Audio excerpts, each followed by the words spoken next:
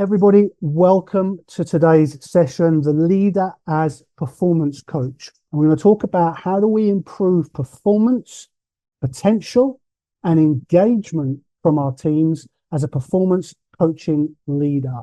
And I'm really excited to deliver this session, not least of all because I'm a coach and I've been a leader in the past, but because I want to see more coaching leaders. I'm not actually crazy about seeing any more pseudo coaching leaders. Coaching is more than rote technique and scripted questions. So today, we're going to be thinking more about the being and the relating. Now, let's start today with 3 questions. Think of someone who's performing well and you want to help them get to the next level. Or maybe it's someone, and this is maybe where more of us will go, someone who's not performing quite at the level you think they're capable of. And perhaps that person is a challenge to manage, or perhaps that person could just be doing so much more, but for some reason it's not happening.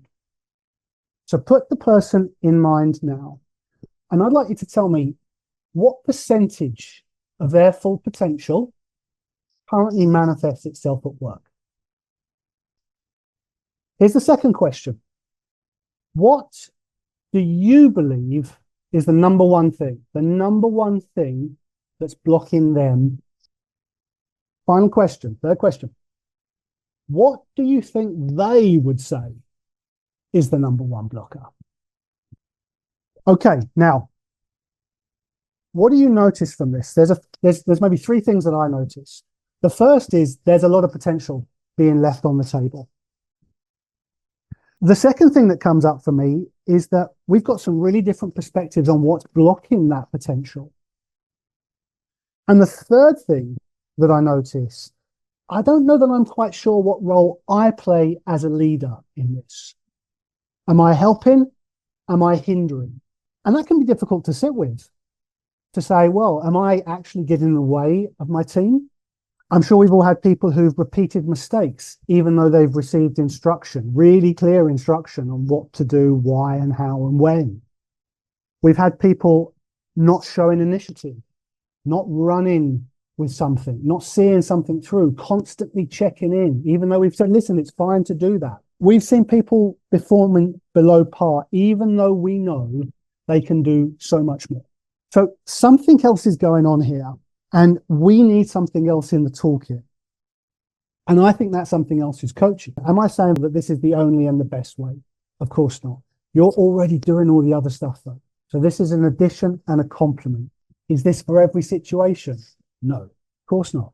You know when and when not to coach. Is it worth us learning and adding this to the toolkit? Absolutely, for all the reasons that we've just talked about. But I also want to point out that coaching is the only style that works beneath the surface. It's the only style that's not based on advice and instruction, which actually hampers our natural learning system.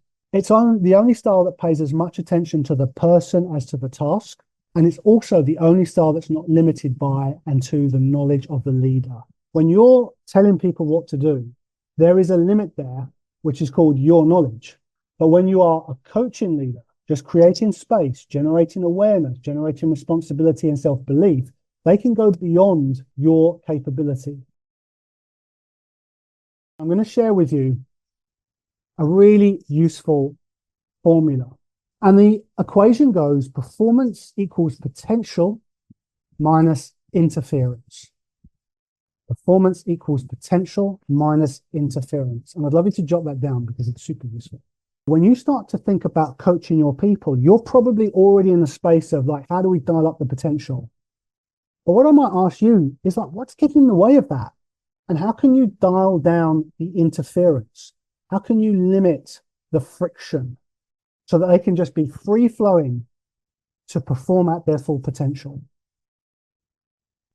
I mentioned before, what are some of the external factors that are limiting your team?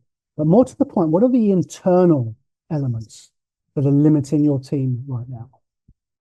And which of those are having the more negative impact? I'm sure all of us know that it's what's going on internally that really holds us back. Think of any time that you've been performing at an upper echelon. It has nothing to do with the circumstance and everything to do with how I'm showing up. What's going on for me internally? So my performance doesn't come from outside circumstance, it comes from me. And even if it looks an awful lot like it's outside circumstance, it is what I think about those circumstances that drives my performance. If the internal factors are what are limiting your team, what would be your prerequisites of performance? This is the shift we want to make. We want to notice that internal elements are what are limiting the team. And so we need to look after those elements first.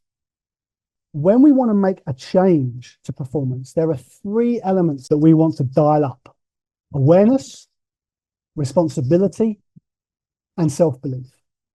Awareness, because you can't change what you're not aware of. Responsibility, because only you can change you. And self-belief, because you've all heard the statement, whether you believe you can or you believe you can't, you're going to be right. So which of these do you take care of? Awareness, responsibility, self-belief. Which of these do you cater well for, and which do you rarely consider? Now, if we compare that to what traditional management says, I want you to imagine a scale. And on the far left, we've got very directional, dictating, micromanaging style. But we can also go right to the other extreme, and we can abdicate and be totally hands-off. Dan, you just deal with it. It's all with you. Most of us are going to be somewhere in the middle. Some combination of directing, debating, discussing, persuading, influencing. Now, what effect does each of those traditional management leadership styles have on the performer and on the outcome? So at the dictate sort of micromanage side, we're going to feel very put upon. We're going to feel like we have to. There's no autonomy there. There's no self-direction, 0 responsibility, accountability, and autonomy. And I am totally dependent on my leader because I need to do exactly what's being told. Go to the other extreme, and it's exactly the opposite. And actually, I probably feel a little bit obligated and maybe a little bit nervous because I've been given not a lot of support, maybe none. And so taking on that sense of responsibility and keeping my self-belief high is difficult. We all know the worst critic is internal. So if I'm going to dial up the self-belief and ask to do that myself, that is hard work. And then even in the middle, I mean, okay, we've got a little bit more interdependency, but maybe I feel a little bit manipulated. I mean, like, do I really have a choice here? And with the discussions and debates, okay, I'm involved, but it can be slow. So we want to completely shift off this scale to something called coaching. Coaching is supporting another person to unlock potential and maximize their own performance. It most often happens as a conversation, and it's a conversation in which that person feels heard and that creates new insights. That's what you're looking to do as a coaching leader. Make them feel heard and help them generate new insight. The support that you're going for is in their learning, development, and success. I want those 3 things to be goals that I work towards. In contrast to traditional management, the performer feels really supported. Through your questions, good questions that you're going to ask, that thinker becomes aware of the task, the actions, the blockers. And that leads to clarity and gives you them the ability to envisage near certainty of success, which drives responsibility and self-belief. As the leader, you're going to know the plan and you're going to know the thinking behind it, and you're going to generate commitment and trust in them. And for both of you, you're going to create insight and alignment. But also, because the conversation is very light touch, it means there's no change in behavior when you're absent. Am I saying, first of all, that this is the only and the best way? Of course not. You're already doing all the other stuff, though. So this is an addition and a complement. Is this for every situation? No, of course not. You know when and when not to coach. Is it worth us learning and adding this to the toolkit? Absolutely, for all the reasons that we've just talked about. But I also want to point out that coaching is the only style that works beneath the surface. It's the only style that's not based on advice and instruction, which actually hampers our natural learning system. It's the only style that pays as much attention to the person as to the task. And it's also the only style that's not limited by and to the knowledge of the leader. When you're telling people what to do, there is a limit there, which is called your knowledge. But when you are a coaching leader, just creating space, generating awareness, generating responsibility and self-belief, they can go beyond your capability. Coaching is one of the few disciplines where you can support someone beyond the capability of the person, because there's a huge difference between all that you know and all that there is to know. But why do we not coach more? Well, first of all, it's how we've been taught. Also, we instruct people because we've got good intention. We want to help. It feels good to offer instruction. We think that's what's needed. But why else might we not coach? I would imagine that time feels like one of them, but also there's a little bit of fear there. And that's maybe not one we want to admit to. I want you to just sort of step into this moment of being a coaching leader. And I would want you to think, what would you have to lean into? What would you have to be willing to do to be a coaching leader? You might have to be okay with silence. You might have to be okay with not knowing. You might have to be willing to let go of a little bit of control. I mean, why do we keep talking? To control the conversation. One thing that comes up for me is trust in the other person. I'm going to let them go and do their thing. And I fear failure. I fear them being a little bit slow or missing my expectation. I'm worried about my reputation. So what I invite you to do, maybe after this call, maybe in this moment, is just to jot down, like, to be a coaching leader, I'd have to be willing to be okay with a bit of silence, let things go. There's a total shift in our stance. So on that subject, what do we need to become a coaching leader? So I'm going to suggest three things. We need to be willing to coach. We need to shift our stance. And we need to tweak the communication style. What I hope would be 2 or 3 things that could really make a difference to what you're already doing.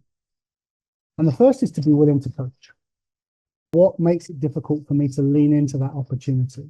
It's a straightforward question. Am I willing to do that? And what would be the cost of not doing that?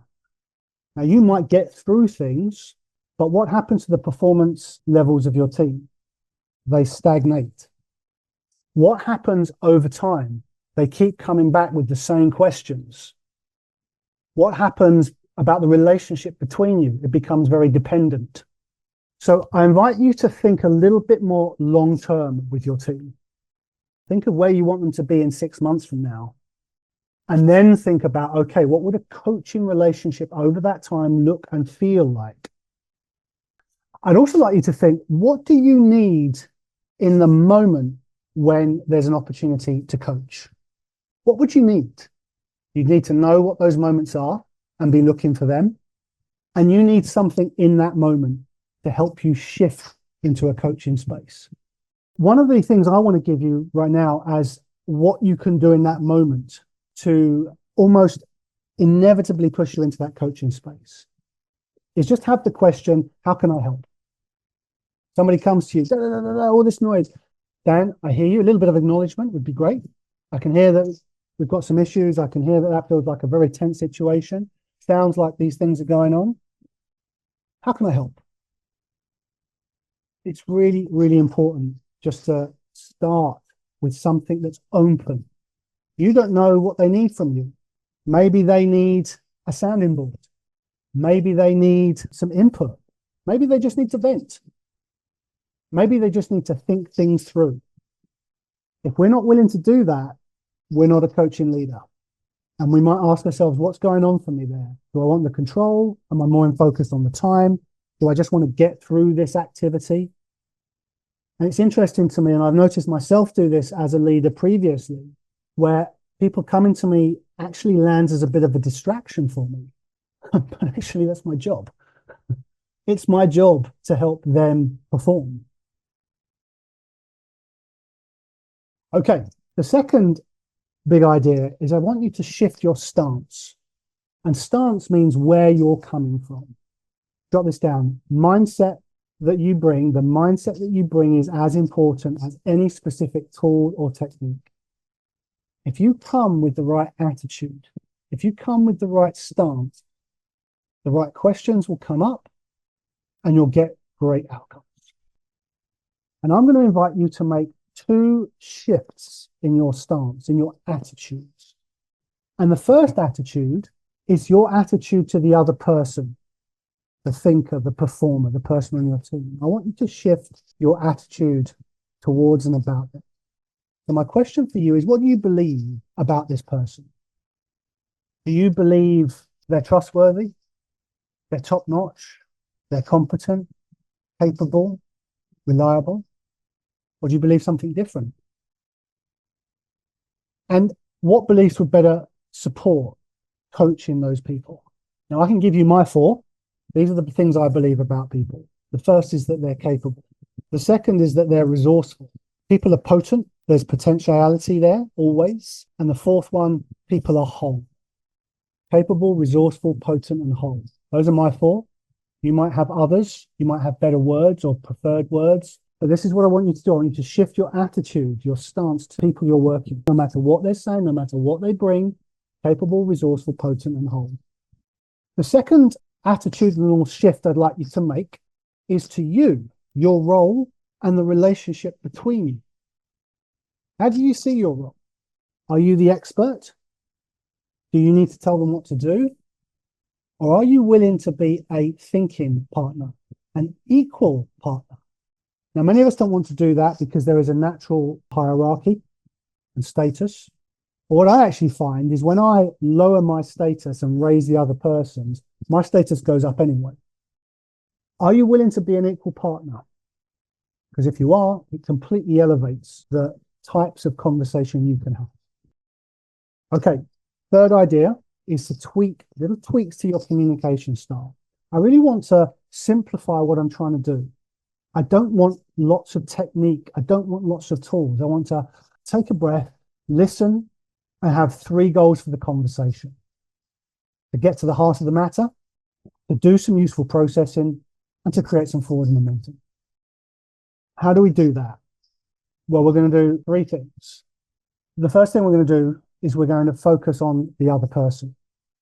And this is going to feel weird because when somebody comes to you, you want to focus on the task. And in fact, probably all the leadership books say focus on the task. When you give feedback, give objective feedback. It's not about the person. I really quite strongly disagree with that. I think the best feedback is subjective. Here's what I believe. Here's how I felt. Here's the impact it had on me. So I'd love you to focus on the person to get to the heart of the matter. An example would be somebody comes to you and says, I've got this decision, A or B. Okay, let's talk about that. And the temptation is to talk about decision A or B and help them get to a decision. But actually, if I focus on the person, there is an indecisiveness there. The decision, I'm working on that, is symptom. The indecisiveness is root cause. When we say do some useful processing, let them do the thinking. And when we want to create forward momentum, you tap into their energy, you offer stretch, and you champion who they are and what they do.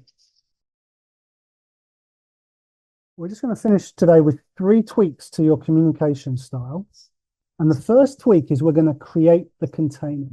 When somebody comes to you with a conversation or with an issue or with a challenge, let's ask, how can I help? What do you need from me? What would be useful? Which part of this would be helpful to work on right now? And you create the container that's going to hold the conversation. We want to do that because we resist getting into content. We get to clarify our role. It keeps us out of advice, keeps us focused on the structure. The second thing we're going to do is we're going to listen with a new intent. And this is where I'd love you to focus on the person, not the circumstance or the task. Let's say somebody comes to me saying, Dan, I need to make this decision between this product or this one, or this decision point on the project or this one. That's symptom. But if I ask a question like, what's making this a problem for you?